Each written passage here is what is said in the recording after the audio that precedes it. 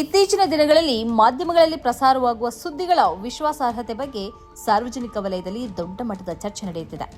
ಇದೀಗ ಅಂತಹದೇ ಒಂದು ಪ್ರಕರಣ ಬೆಳಕಿಗೆ ಬಂದಿದ್ದು, ಪತ್ರಕರ್ತೆ ಅಂಜನಾ ಓಂ ಕಶ್ಯಪ್ ಅವರು ಇರಾನ್ ದೇಶದ ಕುರಿತು ನೀಡಿದ ವರದಿಯೊಂದು ಸಾಮಾಜಿಕ ಜಾಲತಾಣಗಳಲ್ಲಿ ತೀವ್ರ ಟೀಕೆಗೆ ಗುರಿಯಾಗಿದೆ. ವರದಿಯ ಪ್ರಕಾರ ಅಂಜನಾ ಅವರು ಇರಾನ್ನ ಪರಿಸ್ಥಿತಿಯ ಬಗ್ಗೆ ಕೆಲವು ಅಂಕಿಅಂಶಗಳನ್ನು ಉಲ್ಲೇಖಿಸಿ ಸುದ್ದಿ ಮಾಡಿದರು. ಆದರೆ ಈ ವರದಿಯನ್ನ ಇರಾನ್ನ ಭಾರತೀಯ ರಾಯಭಾರ ಕಚೇರಿ ಸ್ಪಷ್ಟವಾಗಿ ತಳ್ಳಿಹಾಕಿದ್ದು, ಇದು ಸಂಪೂರ್ಣವಾಗಿ ಸುಳ್ಳು ಮತ್ತು ಆಧಾರರಹಿತ ಅಂತ ಹೇಳಿದೆ. ಈ ವಿಚಾರ ಇದೀಗ ಎಕ್ಸ್ ವೇದಿಕೆಯಲ್ಲಿ ಸದ್ದು ಮಾಡ್ತಿದೆ. ईरान इंटरनेशनल की रिपोर्ट कहती है कि ईरान में लोगों को रोटी खाने के लिए भी लोन लेना पड़ रहा है. वहां लोग ईएमआई यानी इंस्टॉलमेंट्स पर अपना गुजारा कर रहे हैं. आधिकारिक आंकड़ों के अनुसार ईरान में एक साल पहले की तुलना में महंगाई 73% से ऊपर पहुंच गई है. यानी जो चीज पिछले साल 100 रुपए की थी, वही लगभग 173 रुपए से ज्यादा की हो गई. रिपोर्ट ही कहती है कि युद्ध से पहले ईरान के लोग बाकी देशों की तरह fridge, washing machine, TV, furniture, mobile phone जैसी चीजें लोन और ईएमआई पर खरीदते थे. लेकिन अब ईरान का यह हाल हो गया है कि वहां जो रोजमर्रा की चीजें हैं, राशन, आटा, साबुन, शैम्पू, घरेलू जो सामान है, वो ईएमआई पर खरीद रहे हैं. ईरान के लोग सिर्फ युद्ध के कारण सोचे किस स्थिति में पहुंच गए हैं. महंगाई की वजह से वहां पर लोगों को जो तमाम मुश्किलें हो रही हैं और वो पुरानी सेकेंड हैंड चीजें अब खरीद रहे हैं.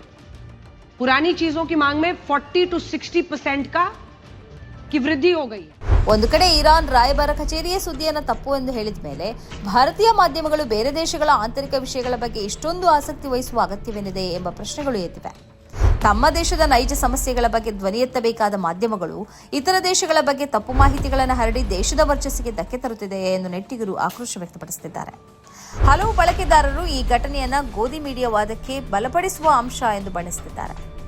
ವಿದೇಶಿ ಮಾಧ್ಯಮಗಳು ಭಾರತದ ಬಗ್ಗೆ ನಕಾರಾತ್ಮಕ ವರದಿಗಳನ್ನು ಮಾಡಿದಾಗ ಬೇಸರ ಪಡುವ ಮುಖ್ಯವಾಹಿನಿ ಮಾಧ್ಯಮಗಳು ಇದೀಗ ಸ್ವತಃ ತಪ್ಪು ವರದಿಗಳನ್ನು ನೀಡುವ ಮೂಲಕ ದೇಶವನ್ನು ಮುಜುಗರಕ್ಕೀಡು ಮಾಡ್ತಿವೆ ಎಂಬುದು ಸಾರ್ವಜನಿಕರ ಆರೋಪವಾಗಿದೆ.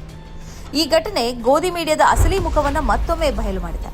ದೇಶದ ವಿಷಯಗಳನ್ನು ಮರೆಮಾಚಲು ಹೊರದೇಶಗಳ ಬಗ್ಗೆ ತಪ್ಪು ಮಾಹಿತಿಯನ್ನು ಬಿತ್ತರಿಸುವುದು ಇವರ ಕೆಲಸ ಅಂತ ನೆಟ್ಟಿಗರು ತರಾಟೆಗೆ ತೆಗೆದಿದ್ದಾರೆ. ಪತ್ರಕರ್ತರು ನೀಡುವ ತಪ್ಪು ಮಾಹಿತಿಗಳನ್ನು ಭಾರತದ ಪ್ರಸ್ತುತ ಪರಿಸ್ಥಿತಿಗೆ ಹೋಲಿಸಿ, ಭಾರತದ ಸ್ಥಿತಿಯೂ ಇದೇ ರೀತಿ ಇದೆ, ಆದರೆ ಅದನ್ನು ತೋರಿಸುವ ಧೈರ್ಯ ಇಲ್ಲ ಎಂದು ಕೆಲವರು ಟೀಕಿಸಿದ್ದಾರೆ. ಒಟ್ಟಾರೆಯಾಗಿ ಈ ಘಟನೆ ಮಾಧ್ಯಮಗಳ ಹೊಣೆಗಾರಿಕೆ ಮತ್ತು ಅವು ಅನುಸರಿಸುತ್ತಿರುವ ಕಾರ್ಯವೈಖರಿಯ ಬಗ್ಗೆ ಗಂಭೀರ ಪ್ರಶ್ನೆಗಳನ್ನು ಹುಟ್ಟುಹಾಕಿದೆ. ಜನಸಾಮಾನ್ಯರು ಸತ್ಯವನ್ನು ಹುಡುಕುತ್ತಿರುವ ಈ ಹೊತ್ತಿನಲ್ಲಿ ಇಂತಹ ವರದಿಗಳು ಮಾಧ್ಯಮಗಳ ವಿಶ್ವಾಸಾರ್ಹತೆಯನ್ನು ಮತ್ತಷ್ಟು ತಳಮಟ್ಟಕ್ಕೆ ಕೊಂಡೊಯ್ಯುತ್ತಿವೆಯೇ ಎಂಬ ಸಂಶಯವನ್ನು ಮೂಡಿಸುತ್ತಿದೆ. ಈ ಕಾರ್ಯಕ್ರಮದ ಪ್ರಾಯೋಜಕರು Gadiyar group of companies,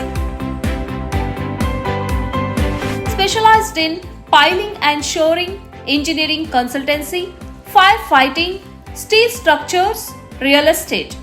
Office, SIT Tower, Silicon Oasis, Dubai, UAE.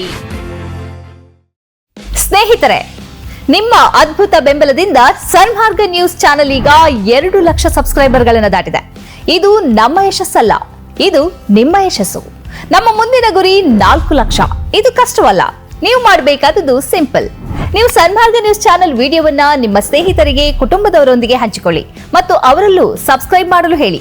ನೀವು ಶಕ್ತಿಯನ್ನು ಕೊಡಿ, ನಾವು ನಿಖರ ಸುದ್ದಿ ಕೊಡ್ತೇವೆ. ಧನ್ಯವಾದಗಳು.